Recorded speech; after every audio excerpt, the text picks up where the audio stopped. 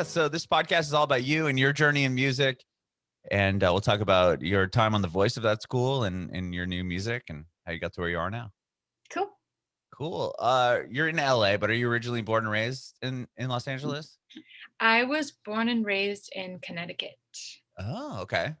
Yep, Talk to me about that a little bit. in the woods. In the woods. I grew up on a mountain. My dad just calls it like a really big hill, but it's a mountain. It's called Birch Mountain. So it was pretty boring. So when I left and I got to start doing music in school, I was like, "Woo! I'm out of the woods. Way more fun." Um, Sure. I'm an only kid. I'm an only child, so but I have a really big extended family and I'm super close with all of them, but nobody is musical at all. Interesting. But nobody. And I have a huge extended family. Nobody even really plays an instrument, but they are on my dad's side, they're all very creative, which I love. They're very in touch with their like artistic side. Uh-huh. Um, like my cousin always actually a few of my cousins at Christmas would give everybody hand painted ornaments or a hand painted photo. Or I have a few cousins that did that, which I loved. And then I have my dad is very artistic. He like always has these random projects, and one thing that he does is he gets driftwood and Mm-hmm. he says he can see creatures in them. He's like Interesting. he's very into driftwood. He has been for years, and he says that he can see like in this one he sees an eagle and in this one he sees a tiger, and like they're very in touch with their like artistic Does he side. like carve the driftwood into like a tiger, or is it just like this I piece of don't wood even know what represents? I don't even know what he does with it. I think he like I think he works with the driftwood more than I don't know what he does.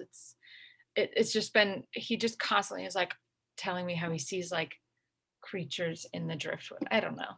Interesting. That's yeah, it sounds like you have a He has creative family, maybe not yeah, necessarily maybe they just didn't channel that into music. yeah, exactly. Interesting. So what drew you to music? Like how did you get into it?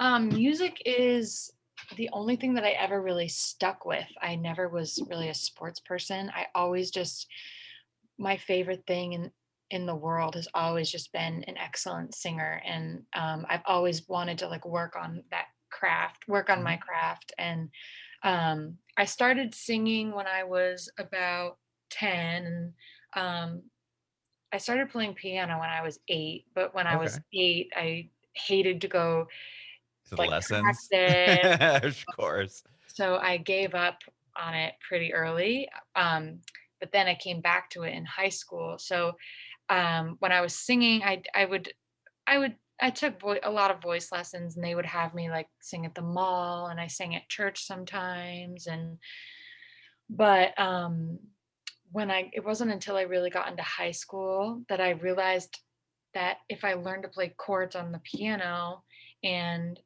sing over it, that I had more control over it, and I could like learn whatever song I wanted. And I ended up spending like hours and hours after school just practicing piano and singing. And then I fell deeper in love with it. I was probably like 15. Okay. And then I started writing. I remember I wrote my first song, I think when I was like 13 or 12. Wow. But then when I learned to play piano, I was like, "Oh, I can like make my own like piano chords, and Mhm. I can songwrite even more with it." So I started doing that more, but I was always very shy. Um, Even though you're doing the like recitals and yeah, singing at malls and stuff, I would think that would be pretty yeah, um I've always been very intimidating. shy. I love singing. Like I'm happiest when I'm singing, but when I'm performing, I'm like I have to really like focus, and I have to really practice at performing and engaging the room. And so that side doesn't come as naturally to me. So that's something I've always been working on. But then when I was in high school, uh, they I wasn't I was in I went to school at a very, very small school. My town was very small. It had about like 5,000 people. Wow. So my public school was like 250 people. total. Oh my So gosh. we had a very small choir. Mm-hmm. And so it was kind of focused on all classical music.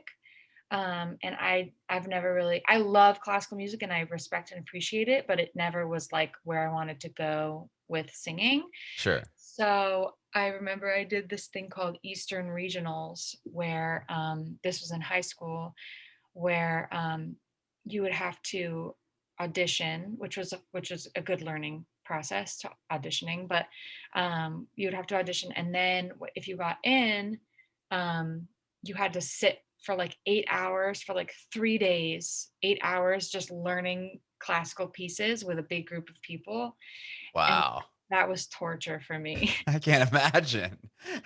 Oh my. So I did stuff like that. So then there was a point in my life where I was like, maybe I don't want to do singing because I Mm-hmm. was doing so much classical and I wasn't happy. Um, but luckily I got into my dream school and it's a more contemporary music, Berklee College of Music. Oh And wow. Okay. yeah, I know Berkeley. yeah. So I started, Uh, sorry, did you go in as a for voice, obviously? yeah, so to get into Berklee, you need to have an instrument and then you pick your major. Uh-huh. So my instrument was vocals, Right. and then my major was music business because I wanted to do. There was a point in my life where my dream was to be on the business side of music.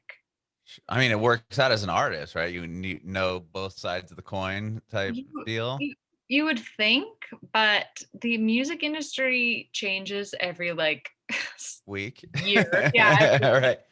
so I feel like a lot of the stuff I learned 7 years ago now. I graduated in 2014, so Okay. um, 6 years ago, 6.5. Um, I feel like it's all kind of outdated at this point. Sure. That's interesting. Well, to get in, you have to do an audition, correct? Yes, you have to audition. Yes, How was that? um, it was interesting because I met a girl that went to Berkeley Hmm. and I asked her advice on how I could get in.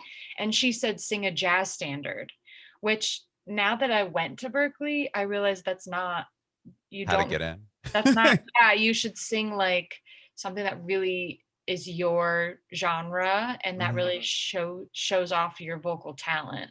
I at that time I was into jazz, but it wasn't like I probably should have done like a more pop song that I connected with more. But so I sang a jazz standard. I believe it was Bewitched, Bothered and Bewildered Okay. by Ella Fitzgerald. But it worked. I got in. You got in. Yeah, I was gonna say. Guess it Yeah, didn't really matter because you still got in. yeah, I still got in, so it didn't matter. But yeah, and then I met a bunch of singers that I'd say really helped propel me to um, who I am as a singer now, for Okay. sure. Were you playing out or writing? Because you said you started writing songs at 12, 13 years old. Yeah. In the midst of all of this, were you writing songs still and performing like out even prior to going to Berkeley? Um, I was doing it. So the town that I grew up in, you didn't really have.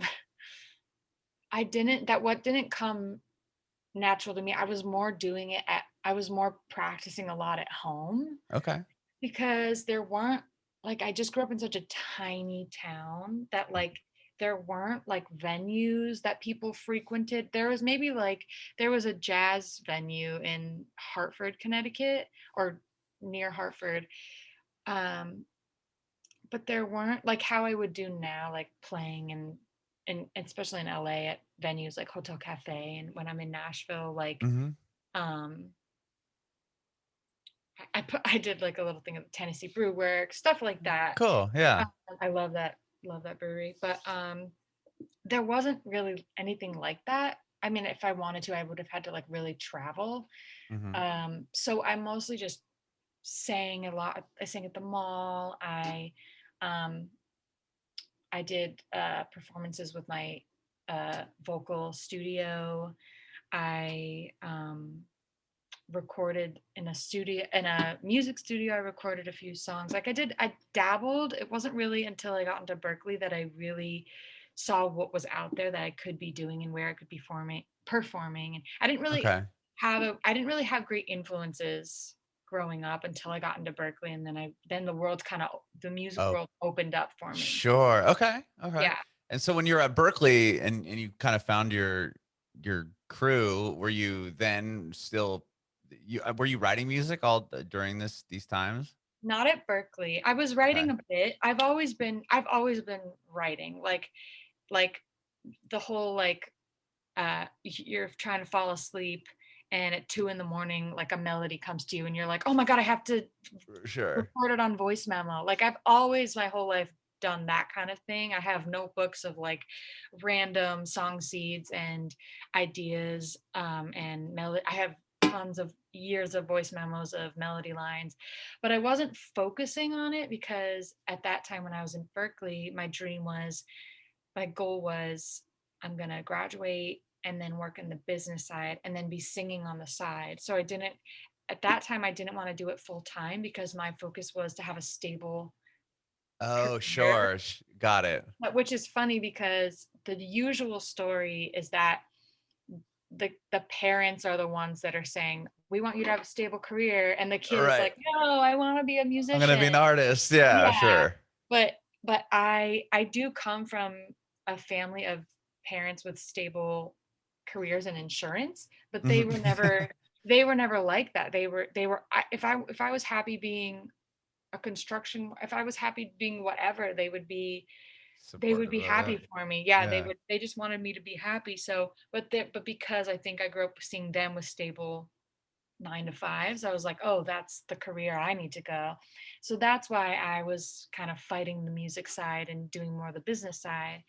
And then when I graduated and I got into the business side, I started to get really restless because a 9 to 6, really 9 to 7, Yeah. doesn't 9 to leave. whenever. Yeah, 9 to whenever you finally leave. Um, doesn't leave you with a lot of energy. Mhm. And um, I was kind of exhausted by the end of the night. And then on the weekends, I didn't want to do anything music related because it was all I did all week. Right. So I had a lot of trouble with while I was working on the business side, I didn't really do any music and it Wow. really bummed me out. I did some. I shouldn't say any. I was doing some, just not as much as I would have liked to. Mhm. I was doing background singing. I was writing a bit.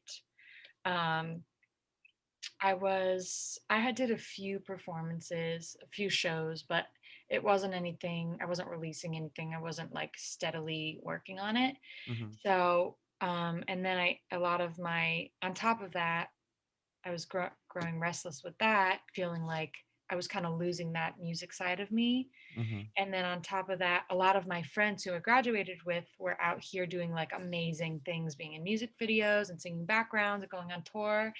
And I was like, I want to do Yeah, that. kinda envious of them. Yeah, I was like, that sounds so fun. Why am I here? And there were continuous things that would happen like um the president so I like at my company's holiday party, they asked me if I wanted to sing some songs Mhm. or sing in front of the whole. I worked at Universal Music Enterprises, so it's like the catalog label. Sure. So Okay. actually, I don't know if I'm supposed to say that, but um, so the whole label came to the holiday party, and I sang some Beatles songs because that was one of our biggest artists. Uh-huh. And the president got up and said, "This girl sings better than a lot of the artists on our label."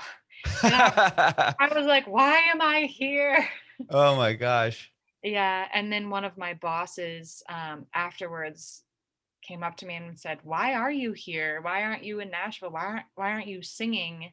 Why Uh-huh. are you doing this when you could be doing that?" And I was like, "Don't push me even more to leave." Right, right. So I left, and then within a year I got on The Voice, and I've Wow. been writing and singing as much as I can. And now I'm releasing this album that comes out tomorrow. Tomorrow. And Uh-huh. so, yeah, definitely a journey. Very cool. So they kind of pushed you to just pursuing it 100%, huh? I don't think they meant to. I think they were just like trying, Yeah. like, trying to, because they're big execs in the music industry. I think they were trying to give me like their advice, but it Right. definitely pushed me. Yeah, yeah, yeah, Yeah. sure. Wow. Well, then how did the voice thing happen for you? Actually, if I could promote hashtags on Instagram here, I would, because it's gotten me a few gigs. It was a hashtag. They found me. Really? Yeah, they found me and reached out to me on Instagram, and it was a woman who was in the casting department, and she was like, "Hey, do you want to come go straight to the producers audition? You don't have to do like the whole cattle call audition." Um, Wow. and you can just come straight to the producers. So I sang actually the song that ended up being my blind audition. I sang Let Him Fly by Patty Griffin. Mhm. I think I sang a Brandy Carlisle song as well. And I just kept moving up to the next level. Um, and the voice is interesting because you go into it like, I went into it like, whatever happens, I don't really care. It's just like an audition. It's just practicing auditions. Who cares? Right. No big deal. And then the farther you get, you're like, I have to get to the next level. Of course, I have yeah. to Yeah, get you to the wanna next keep round. yeah. Yeah. Wow, okay, so tell me, so you go on the show, did you do the blind auditions, that's when they turn the chairs around? Yeah. What was that like?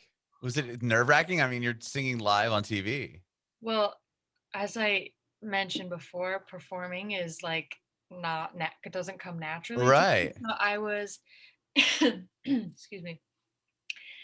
I was terrified because of the fact I kept thinking, "Oh my god, 14 million people are going to watch this." Right. So I fall flat on my face. They're going to show that. Oh, they're gonna keep that footage, of They're going course. to keep that. So I was like, "Okay, just get one chair to turn around." I was lucky enough to just get to the blinds because there's so many factors to just get to the blinds that I was just happy to be on that stage because Right. like I said, I kept wanting to get to the next level. So it's like as you keep going, they keep not I'm not gonna say too much info, but they as the months progress before the blinds, they kick some people off already. And Of so course, that yeah. happened to several people. And I was like, I just want to at least get to the blinds. So I was so happy to be there, and I was so happy that my family got to be there. Um, Oh, that's really cool. yeah, I was ecstatic. Um, One thing also is that every time I ever watched The Voice, I thought maybe some aspects of the blinds were fake, or Uh-huh. that the emotions were like exaggerated, or like Sure. something like that. And now it's 100% real. Like Wow. all the crying, all the like emotions are very, very real. So now when I watch the blinds, I get very like, I'm Teary. very sensitive. Yeah, I'm very sensitive to their experience on it because I know how real it is. Uh-huh. Um, but yeah, when I was actually, funny story, I hadn't warmed up my voice all day.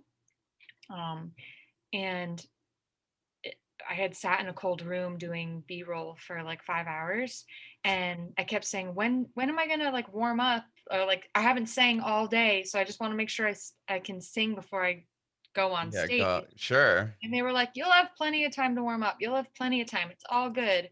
And then yeah, they set us in a cold room for 5 hours, and I was like, "This is not good for my voice. I need to sing on the Oh stage my god. later." And so finally, it was like around 8 p.m., and they go, "Okay, you're next." And I almost had a full on panic attack because I was like, Yeah. I have not sang today. I have Yeah. not even sang. I don't even know what's going to come out. Like, I need Oh to my gosh. warm up a little bit. And so luckily we get a vocal coach, and she's amazing. So she came up to me and she goes, "Are you ready?" And I was like, "I'm not ready. I'm not ready." And she was like, "Oh my God, okay." So she took me outside and we did some warm ups. And then I sang through the song like twice. And then I was like, "Okay, I'm good to go." So yeah, I got up and then I yeah, got 3 chairs and I had just wanted 1, so I was happy with Sure. 3. And So, then you get to choose, right? Who you want to go with. yeah. What was the reason on Kelly Clarkson? Just because she's Um, when I incredible? she's I mean, she's a powerhouse and she's Mhm. also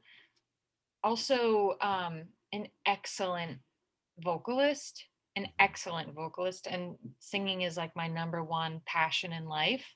So to me, I was like, if I could learn anything from this woman who is incredible Oh at yeah, one of the best ever. yeah, I was like, I would love to hear anything she has to say. Mhm. So I knew I was gonna pick her, No um, matter even no going matter. into it. Okay. Yeah, I was like, I hope Kelly turns around because yeah, I definitely wanted to pick her. That's awesome. And then once the show kind of runs its course, that must have opened a lot of doors for you, right? I mean, it definitely helped my followers. It helped grow my followers. And it was an awesome experience getting to do the whole TV thing because Mhm. it was definitely a good learning experience. As far as doors, it's yeah, I think there's an idea that when you're on it, then you immediately have all these offers, and Right. that's really how it works. You have to kind of the good thing is that you have the video to kind of back you up and show that you're legit. Mhm. That's one of the biggest highlights of it. Um, but no, you gotta keep working. Gotta keep working. Sure, sure. Yeah. Well, once this I mean, when did the when did you start writing the EP? Was it after the show? No, I had recorded it before the show. Okay. Yeah. And when did where were you at when COVID hit? How did that affect you? COVID was tough, as I'm sure it was for everybody. It kind of made the creative side of me kind of pause a bit. I forget like what side of the brain. I feel like it's the right side that is your creative side. I forget, but I feel like I was more the side of the brain where it's like logistics and Mhm. business stuff. So I've been trying to during COVID. I didn't write as at all really. I was more focused on other things. Mhm. And so now in 2021, I'm like, okay, this is my year to be more creative because last year it was a little overwhelming. So it was definitely a hard year, but this year is going to be much better. Yeah, totally. And the EP's done. You're releasing it tomorrow. That's Yes, exciting. yes, I'm very excited. Yeah. So tell me about And the EP. so I think another reason why I wasn't really writing in 2020 is because I was releasing singles all of Mhm. 2020. Because it's my uh, first album, I wanted to kind of be in everyone's eyes and ears for as long as possible. So I pretty much released. I did. I released all of the songs as singles, except for the last one, which comes out tomorrow. Mhm. um, so that it's also a learning process, working in with like PR and trying to just as an independent artist, there's a lot to learn. So I spent 2020 um, releasing these singles and learning and growing as an artist, um, and growing as on the business side of my artistry really, um, learning how to release music on my own. So, um, yeah, so the album and comes out tomorrow. Pretty much, it's a 7 song EP, and 6 of the songs are already out. So go check them out. Um, but yeah, the full project comes out tomorrow, and I'm super excited to finally have it all out to the world. That's amazing. That's And amazing. it was produced by, sorry, I wanted to make sure I mentioned the producer, No, go ahead. John Spiker. Um, and he is an LA producer, and he's also the bassist in Tenacious D. Oh, is he really? Yeah, yeah. That's And rad. He's How did awesome. that relationship start? Actually, I there's a bit of an as you may know this, there's a bit of an Americana scene out here in LA. Hmm. Um, it's kind of like our own tiny little Nashville. So I was talking to a few people in that community and just like, does anyone know of a good producer that you recommend? And a few people recommended him, and then I met him, and he's the best. He's so cool, so nice, so talented. And he had a lot of really great musicians on the record, um, be a part of the record. Like the drummer in Tenacious D, Scott Seaver, Hmm. he plays drums on it, and Wow. yeah, there's just a bunch of really great musicians that I feel super lucky to Jack have Black them sings on. backing vocals. I know, No, right? just kidding. They ask you, can you want to see if Jack Black is available? Yeah, right. Well, But that's really exciting. yeah, so yeah, I'm So yeah, excited to have it out to the world. yeah, and it looks like shows might be opening up soon. Are you excited to play the album out? I know Super, yeah, performing wasn't one of the for a things that while. you, yeah, your favorite thing, but Well, yeah, but I do. Now that I have the album out, I definitely want to. I've seen in Nashville that there's more shows going on. I haven't heard of any here, but I'm assuming there are. So once, yeah, uh, I'm not sure. I know that, well, like Outside Lands in San Francisco is supposed to happen oh, it in is okay, cool. October, but and that's like, I don't know, 100,000 people unless they don't Yeah, go like yeah, full yeah, capacity. But I don't know, as far yeah, as there. And here, I haven't seen anything really booked until like